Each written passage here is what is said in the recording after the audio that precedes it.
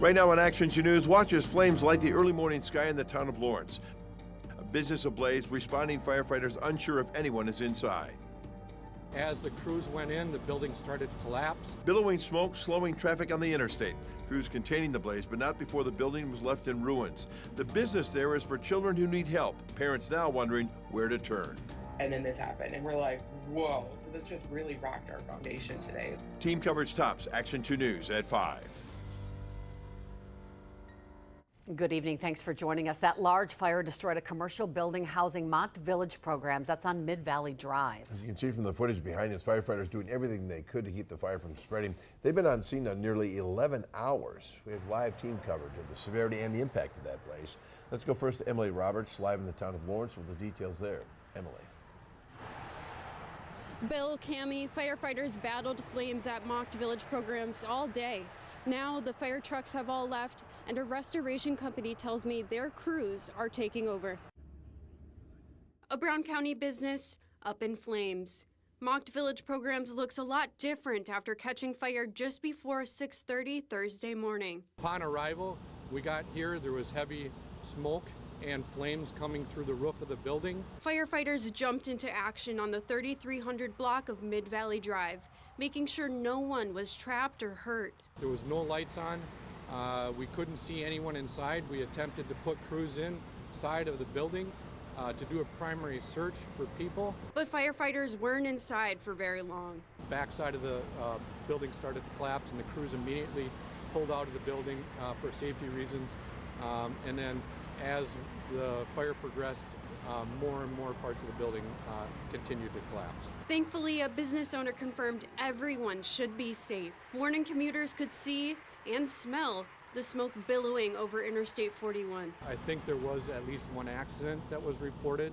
Obviously, we didn't respond to that. There was other crews that responded to that, so I'm not sure the extent of those. Traffic is flowing again, but the assistant fire chief says crews are staying on scene, at least for now. I would say that we'd probably be out here most of the day, and then the fire investigation team will be continuing on as well.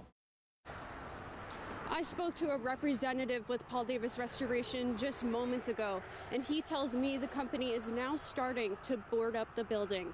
Live in Lawrence, Emily Roberts, Action 2 News. Emily, thank you. And that fire at mocked village programs leaves a major hole for local families who use MVP's services to help children with severe emotional and behavioral issues. Our Scott Corral is live near the mock village facility after speaking with a parent this afternoon. Scott, what is she and others going to do now? Cammie, that's a good question.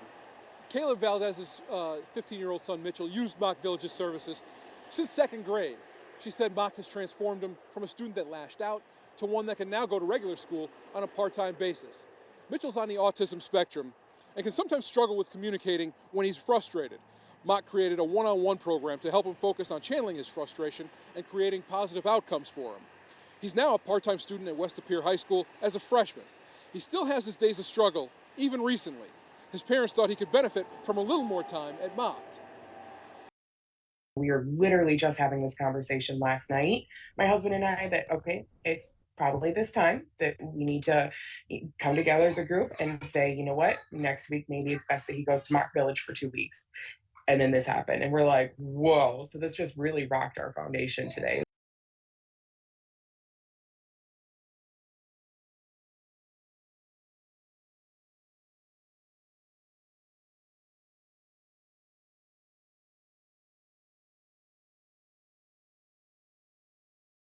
Good news, there's not a lot of traffic back there, but when all is said and done, accumulations are expected to be the highest that we've seen in the area for several years now. We have live team coverage with everything you need to know about the storm, and we'll begin with meteorologist David Ernst plotting things out for us in the First Alert Weather Center. David. Yes, Cammie, so far round one came in as expected, and we still anticipate an additional 5 to 10 inches of snow on top of what has already fallen, and the wind will be picking up over the course of this evening, gusts 40-45 miles per hour through the evening, and tonight that's going to lead to reduced visibility from blowing snow. In fact, that visibility could drop to near zero at times, so you're talking about whiteout conditions at certain times down the road, and we're looking at the snow continuing steadiest through at least midnight, so your severe weather outlook is in the high category. A look at current road conditions elevation shows most are either snow covered or having slippery stretches, and even a stretch there looks like Highway 76 between Oshkosh and Neenah, or just to the west of Neenah, showing up as ice covered. Here's a live look downtown Oshkosh, and you can see snow-covered roads certainly there, but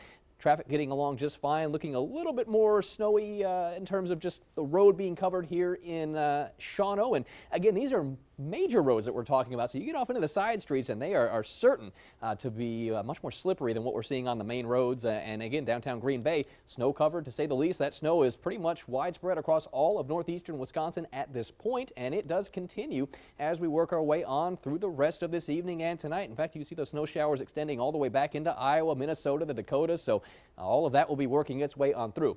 In addition to the snow coming down, creating slippery roads, the wind will be kicking up 15, 20 miles per hour sustained right now. Later on tonight, those sustained wind speeds could be upwards of 30 miles per hour or 35. So in some areas, the visibility already down to around a quarter to a half a mile. So dangerous travel already setting up, and roads will only get worse from here as the snowfall continues through the evening. We'll have much more on what to expect coming up in just a little bit. David, thank you. We now go to Emily Byer. She's out live on the roads in Brown County with the current conditions she's experiencing. Emily. Hey, Bill, we're traveling south on Oneida, just past Lambeau Fields. Some of these roads better than others. We've been off on some of those side roads. They are very snow covered, so you want to make sure that you're being extra cautious out there. We've also seen several plows out, but again, just a reminder, it does take a little extra time to get through those rotations of plowing. You can see there too, even us right now kind of sliding just a little bit, and we were applying the brakes a little bit back further, so those roads are just a little slick. Checking now on those local airports, take a look at the flight status page for Austin Straubel International Airport. The rest of the day's arrivals and departures are now canceled. And on top of that, all of tomorrow's departures have also been called off. Emily Riley joins us now live from Appleton International Airport in Greenville with a look at the challenge there for travelers and airport staff. Emily. Bill, I just took a glance at the board here a few minutes ago, and there's already several flights that are canceled for tomorrow. And an update from Austin Straubel, all flights are canceled for the rest of today. Jesse Funk, the public information officer at the Appleton International Airport, says several snowplows are clearing the runways as the snow picks up. We deal with snow all the time, so they're out doing their thing. They started plowing last night. I think the first flake started falling about 8:30 or 9 o'clock last night, and they've been out ever since. Crews are also de-icing planes with warm water and glycol, so flights can still operate. Staff urging passengers to check regularly for flight updates at the airport and online. One woman dropping off a family member for his flight says it was delayed, causing concern. He came in from Berlin, so I went and got him, brought him here. So it's always a little anxious because then we'd have to take him back home in this weather. A handful of flights at the Appleton Airport are being either canceled or delayed. Up in Green Bay, they're dealing with similar problems. Roughly half the flights at Green Bay Austin Straubel International Airport were canceled as of Wednesday morning. We have a lot of cancellations today. Airlines will do that to make sure that their planes are operating safely. And it's not always because of the weather here. It could be at the other airports that these planes are going to, or where they're coming from that are impacting the flights. Kristen Allen joining us live from Manitowoc with a live look at some of that damage. Kristen.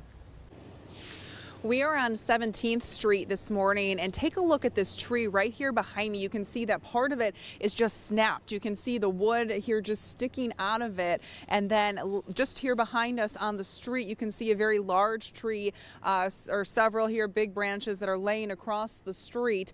Earlier this morning, about 6, that's when crews arrived, and they've been working on cutting down some of these branches and really actively working on power lines. There are quite a few power lines that are down in this neighborhood. People are without electricity this morning, so they've really been focused on that safety aspect as well this morning, trying to get these power lines removed, figuring out which ones are live and taking them off of houses and trees here this morning.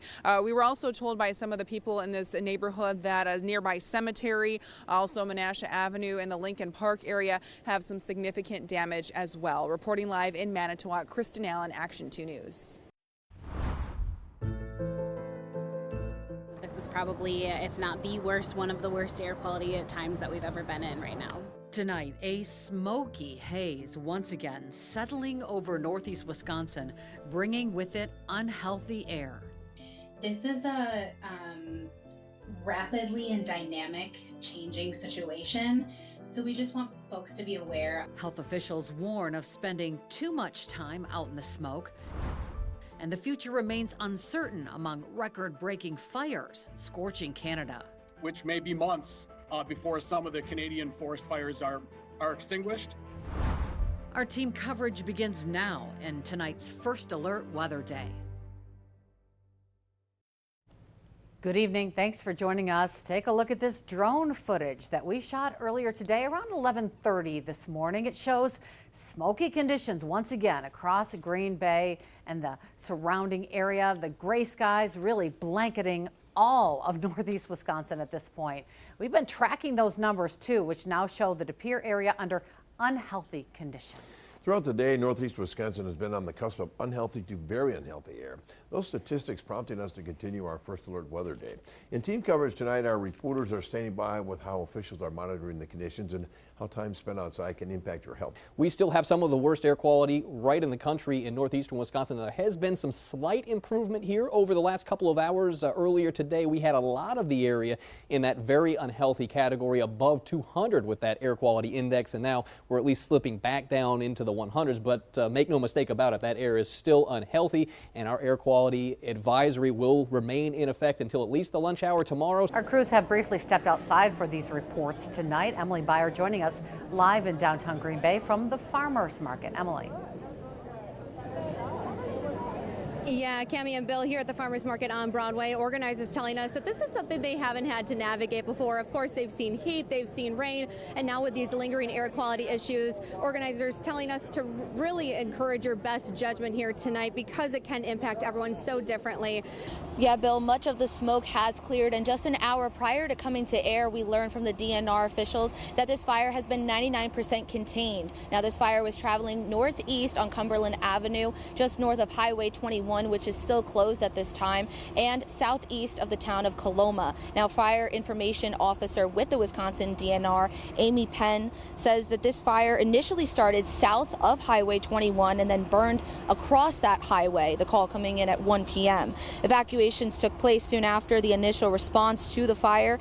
We've had some trouble with spot fires, so what that means is the spot goes out ahead of the fire, and we have to kind of catch it then. Brittany Schmidt shows us the video that tells the rest of the story. Taylor Shabusiness shown in this courtroom video with a belt restraint and handcuffs lunges at her defense attorney Quinn Jolly. Here's the attack through our camera lens. Now a third angle. It starts the moment Shabusiness is already pulled off her attorney and held to the ground by deputies. The Brown County deputy body camera footage released to Action 2 News Thursday shows the moment other deputies rushed in to help. You okay? Yeah.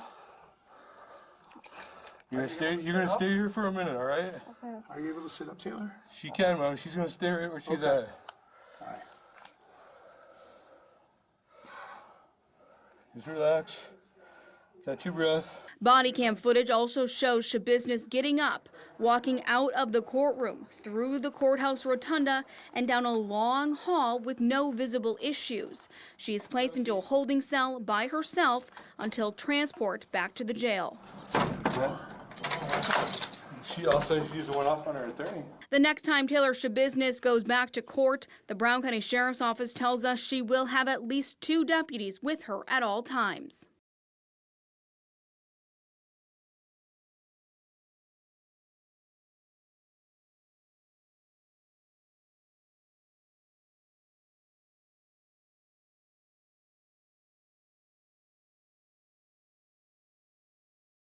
At the home of Pastor Kurt Schilling and his wife Paulina, there's a memorial set up in the living room to honor their 4 kids killed in a horrific crash at the hands of an alleged wrong-way drunk driver. As friends and family visit to console each other, plans for funeral services remain on hold as a 5th child still living attempts to get permission to travel to the U.S. from Ecuador.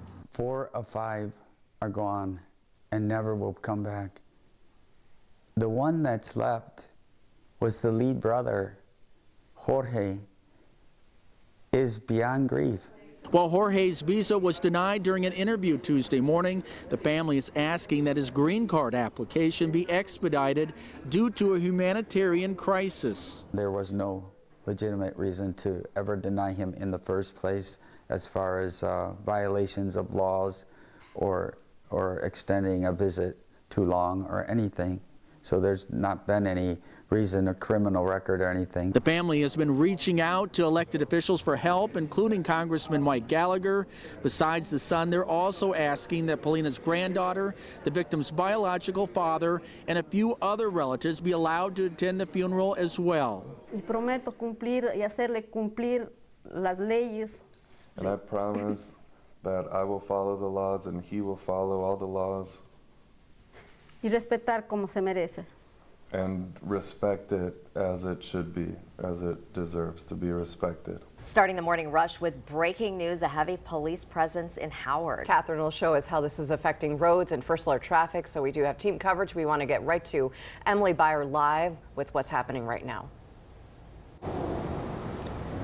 Yeah, Tammy and Aisha, police releasing very few details at this time, but we've observed a lot here this morning. If you take a look behind me, they've got quite this police presence here. We're at the corner of Memorial Drive and Vincent Road. We haven't seen any roads really blocked off, but if looking over here where this Vincent Road is, we have seen a lot of unmarked police vehicles driving off that way at a rather fast pace. Also, I'm going to have you take a look up into the sky. That police drone we mentioned to you earlier, up still kind of it appears to be searching the area. Again, officials not confirming with us if they are looking for someone or looking for evidence, but we have seen that drone now go up and back up and down and back up several times here this morning. So it would appear that they're looking for something in this grassy area. And actually taking a look right now, we can see several Brown County deputies coming out of the wooded area here in the grass. We also see a police canine with Green Bay Police, it looks like, and we do see rifles out right now. Again, still combing this area. It appears still not confirming with us if they're looking for anyone or looking for evidence. But again, just a very heavy police presence in this area. Roads, like I've said, don't appear to be blocked off. But again, we're at Memorial Drive and Vincent Road, so you're going to see a heavy police presence in this area. We'll send it back to you. All right, Emily, so here's the wider view of Green Bay. I want to show you exactly where Emily is. As she said, she's along Memorial Drive in Howard. So Emily was basically under I-41 on the underpass there on Memorial Drive. And then where you see this red icon, that's roughly where the search is happening. So as Emily reported, she doesn't see any roads that appear to be officially closed. But in any situation like this, of course, police want you to give them a lot of room to do their work, avoid this area if you can. And we'll have another live reports on this throughout Good Morning America. Right, Jeff, there's a definite police presence in the area right now, and we do want to show you what's going on, so I'm going to step out of the way here. You can see one Kaukauna police car blocking off this area. We are in the 400 block of Fox Shores Drive. Now, we've been listening to police talk to someone over a megaphone asking them to come out. It actually looks like they are walking him outside right now to the police car. Again, we are not sure what the situation is. We have team coverage tonight. Jason Zimmerman standing by after hearing from multiple people at the park when the incident took place. But first, Holly Brantley has an update after speaking with police just moments ago. Holly. Police tell us they believe an earlier fight may have led up to this shooting. Now, right now, they are not releasing the name or age of the person who was shot or the suspect who they have in custody. Now, you also don't know how serious the person who was shot, how serious those injuries are. We did speak to police and an eyewitness right after the call came in at 4:30. A quiet afternoon turned scary very quickly for people hanging out in Appleton's Herb Park. Hunter Erickson says he was sitting under a tree with friends when he heard what he says sounded like gunshots. It's a shame. It's a shame that our community has come to this. You are considered armed and dangerous. All people clear out of the area. Police quickly called for a shelter-in-place order near Herb Park, urging people to stay in their homes. Lieutenant Megan Cash with the Appleton Police Department. We believe there's weapons that were involved, potentially firearms, and so officers responded here. We're able to secure perimeter and ultimately move as many people into safe spaces as we could. Lieutenant Cash says one person was taken to the hospital as police worked to sort out who was running from the area and why. Holly, thank you. Jason Zimmerman also spoke to people who saw the shooting unfold. He's live in Appleton now, continuing our team coverage tonight. Jason. Bill, just about everybody I spoke with who was in the vicinity of this park tonight was shocked by what played out. And this includes a mother and a daughter who could not believe they actually heard gunshots going off. From high above our park, you can see police tape blocking off an area that was once packed with people just prior to the shooting.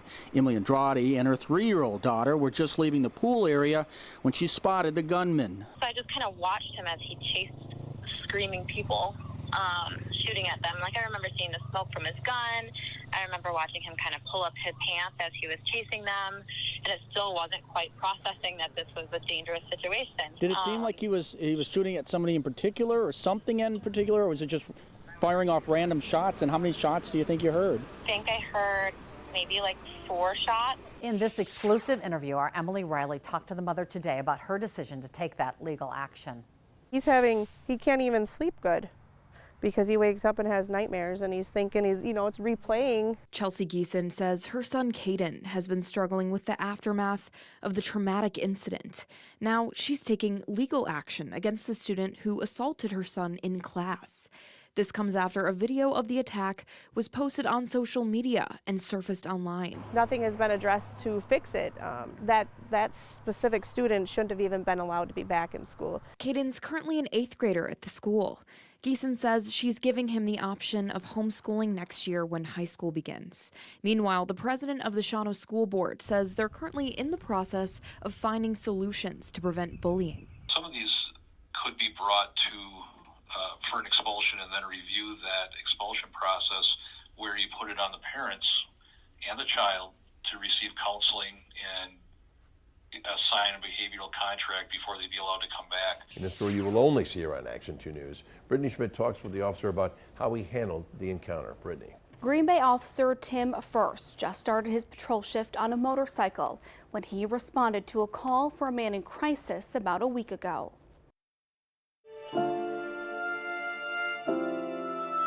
I want to talk to you. I want to know what's going on, and I want to help you.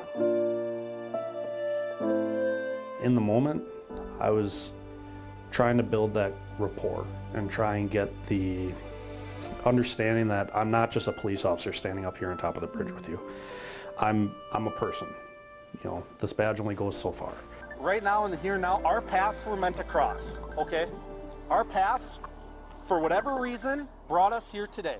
Okay, and I am very big on beliefs in where I was placed here to speak with you for a reason. When I got up there, this person was pacing back and forth,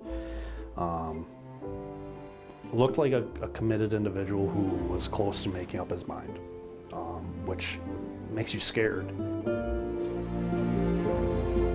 In the darkest of days, I have resources that can help you. But all I'm asking is for you to step over. We'll go and we'll talk with her, okay? Finding a new normal after suffering 2nd and 3rd degree burns on 38% of his body last October. He and several other teenagers spent weeks in a hospital after authorities determined 2 teens tossed a 55-gallon drum container with a mixture of gas and diesel fuel on a bonfire. We don't know what's going to happen around the corner. Wounds that maybe don't heal could, that can turn into cancer. I mean, there's a lot of different things that could happen that we have no idea. But you can't move forward in that aspect until you know what happens with the criminal case. Exactly. If there is a criminal case. Exactly. Yep. So you're kind of at a standstill. We're at a standstill, as many of us are. Right. And your attorney has tried to get a hold of the DA, Yes. my understanding. Yep. All the attorneys I think involved have made that effort and no response. How many attorneys are we talking? Probably 5 or 6. That would From be our all guess. of those that were injured? Right. More Maybe severely more, injured? the ones that we know anyway, yeah. Sure. And they're just as frustrated? Absolutely. Like most people, I've cashed checks before, and so expected to have a very typical interaction where I'm asked for an ID. If it's at a bank that I don't have an account with, I'm asked to present 2 forms of ID, and then the check would be cashed. That was not my experience. Coleman says upon presenting his paycheck from the school district, which is drawn on Associated Bank, the teller summoned the assistant manager, who said it was against the bank's policy to cash the check. Again, I've cashed checks at banks before, including Associated Bank, and so I knew that what he was saying wasn't true. So I asked what policy is it that he was referring to. I never got a clear answer about what policy he's referring to, just that he wasn't going to be able to cash the check. Coleman says he was never asked for an ID, and the bank made no attempt to verify the authenticity of the check, which could have been done with a call to the school district's HR office. As a result, Coleman filed a complaint with Associated Bank's corporate office, which led to a voicemail being left on his phone from John Halechko, director of branch services, who said, quote, "We did not follow policy for cashing on a check. These are checks that we have with a business or municipality, so my apologies for not being able to negotiate the check for you. We absolutely can," end quote. Coleman says that message led to a meeting with Associated Bank officials and Oshkosh School District administrators, a conversation Coleman recorded. Well, let me say unequivocally that we will do what we need to do, and I completely agree with you. I agree with you since the day I talked to you. I understand that this was such a major, won't use the word I'd like to, but this was so bad that it caused me, I don't send emails with a lot of exclamation points ever. It was bad. And I understand how bad it is. We did repeatedly reach out to Associated Bank in an attempt to get their side of the story, but a spokesperson would only tell us that the bank is aware of the complaint, which is under review, and has nothing further to say. The four-time MVP quarterback made it clear he plans to play for the New York Jets when the first ball is snapped next season. In our team coverage, we have crews standing by after hearing from fans on the latest news and how the move will impact some of the nonprofits in our area that work with Rodgers. But first, Chris Routh takes us through what we heard from Rodgers in his first public comments about his future. Chris. All right, Cammie and Bill, Aaron Rodgers' time in Green Bay is over. It's just not official yet. Rodgers saying on the Pat McAfee show today that after this season, the Packers told him to take his time with his decision and that they would welcome him back if he wanted to play. But he felt something change when he came out of his darkness retreat. He was hearing he was being shopped around by the Packers. Now, before that retreat, he said he was about 90% sure that he would retire. After he met with the Jets when he came out and after thinking about it, he decided that is where he wanted to play. Now he and everybody else is waiting while the two teams hammer out a deal. Love that organization and always going to have love for that organization. But the facts are right now, they want to move on. Oh my God, it's right there. I see it. And now so do I. You know, look, nobody wants to be the bad guy in a situation. And honestly, there isn't at this point a bad guy in the situation. As long as everything gets resolved the right way, they want to move on, and now I want to play, and they're ready to move on with Jordan. That's awesome. And his 12 picks were the most since his first year as a starter, when he had 13. The Packers finishing with a losing record for just the third time in the 14 years he started all or the majority of games.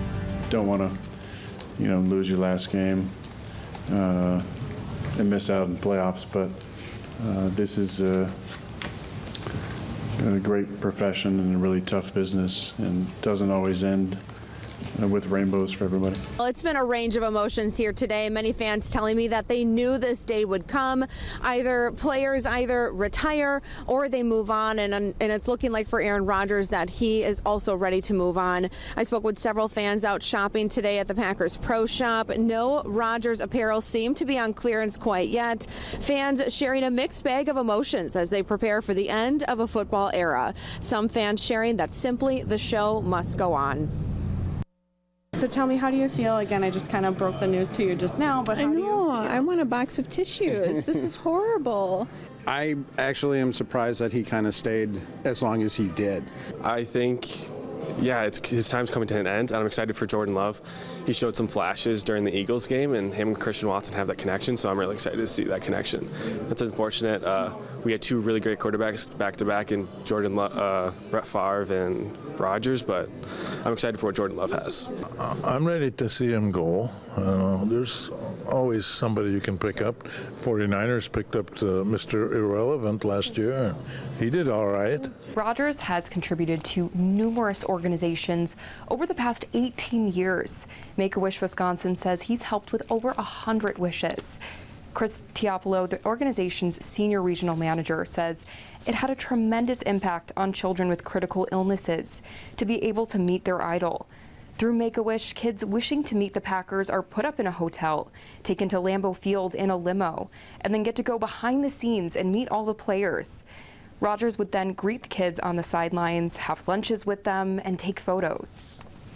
The Green Bay Packers are just so phenomenal in so many ways in making a big difference for Make-A-Wish and for the kids. So I assume, and I know, I don't assume, I know that kids will continue to wish to meet the Green Bay Packers and their favorite players for years to come.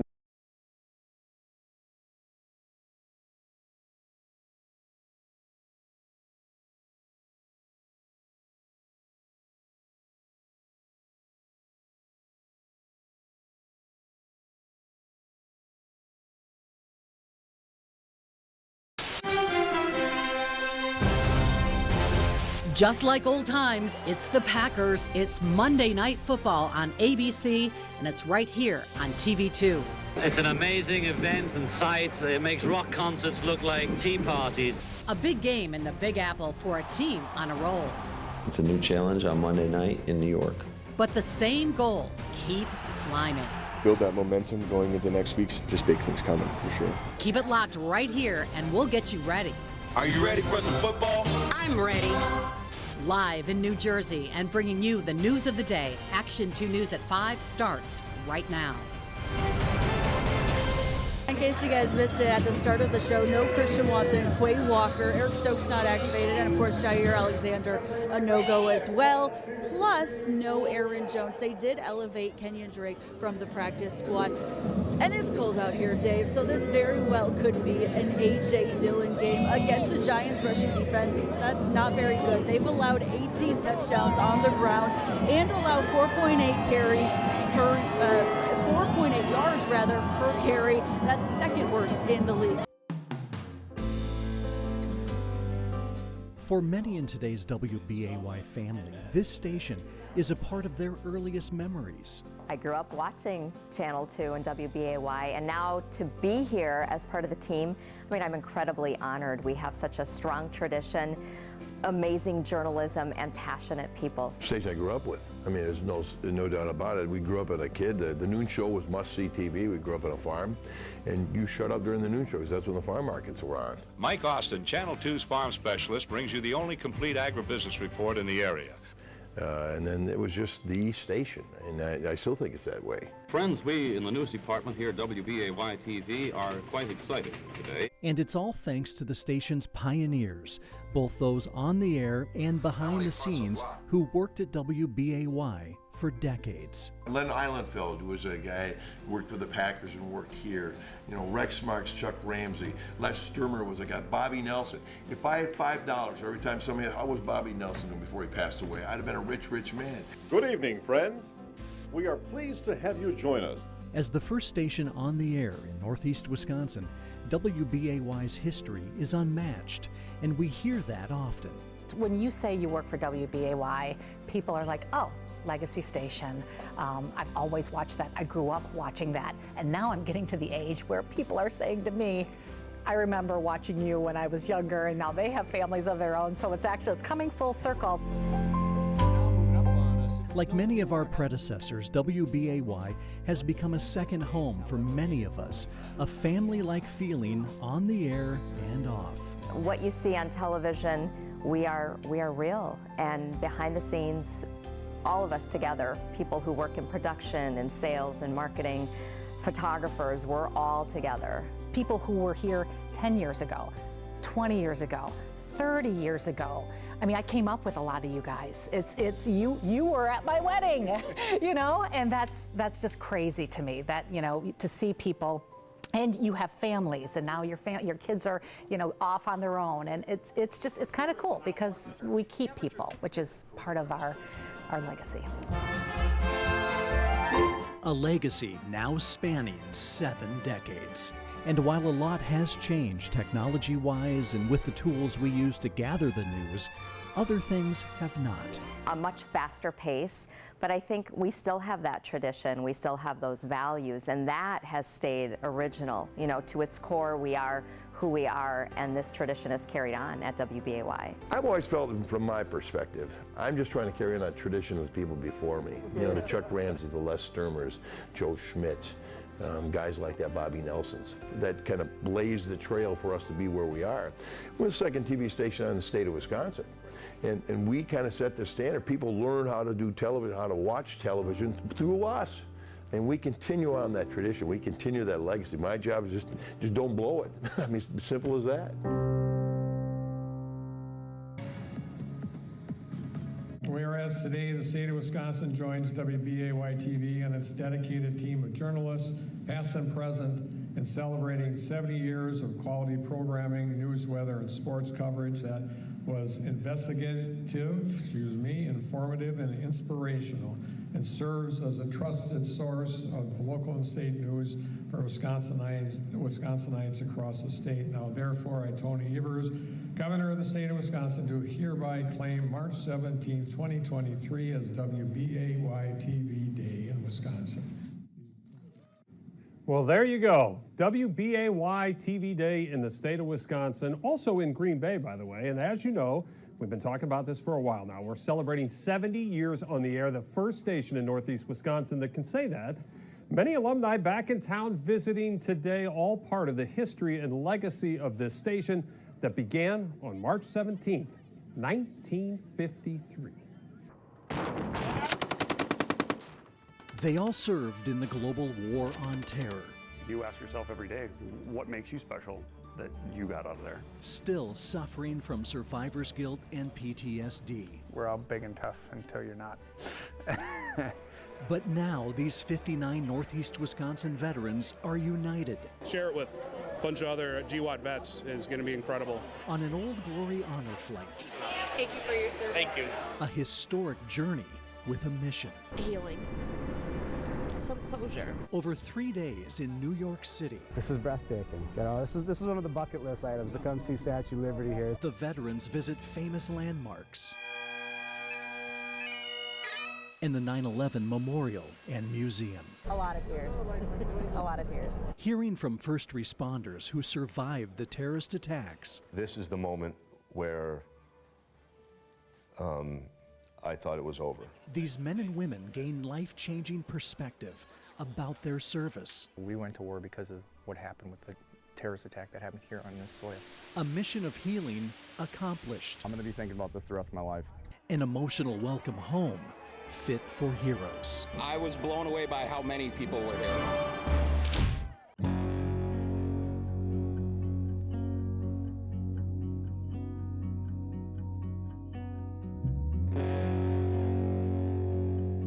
They are some of the wonderful people we've had the privilege to meet in recent months. What's easier, people or scenery? Well, scenery is easier because, you know, don't look at anybody.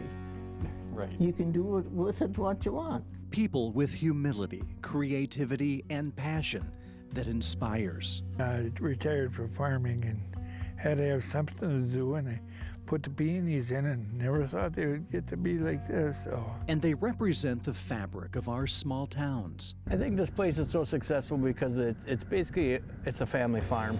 Basically, between our employees and ourselves, we consider ourselves one giant family. The kind of people you certainly remember and respect. 98% of people are great. You're willing to help them. I show them the way, you know, and yeah, people are very grateful, very kind people out there. Now, some of the small town stories we've been honored to share with you. You can see the compost site is pretty big, but the city thinks that right now the worms are pretty much staying in one spot. The Door County Invasive Species Coordinator tells me a couple found the worms under investigation toward the back in the mulch piles. It's been a great day so far. It has been a great day. We've got all kinds of donations throughout the day. We hope to continue this all the way to 8 o'clock, and let's see how many toys we can get. When will the families get the toys? So the families will be able to get the toys on the 19th, 20th, and 21st. If they registered through the Salvation Army, that'll be the distribution event. So that's when all these toys will be passed out to all the families. Not long now, Not right? long, yeah. Yeah, so this has been been going on absolutely all day. It started a little bit less full than this, right, Bill? Oh, boy, my goodness, last Friday was like, ooh, what happened? But boy, what a difference a day makes. Big day as Toys for Tots last call. Yep, look at this time-lapse video that the Marines have of us bringing in donations all through the day, through our lobby all day today, filling this place, making it feel like Christmas. Each donation ensures that no child goes without a gift.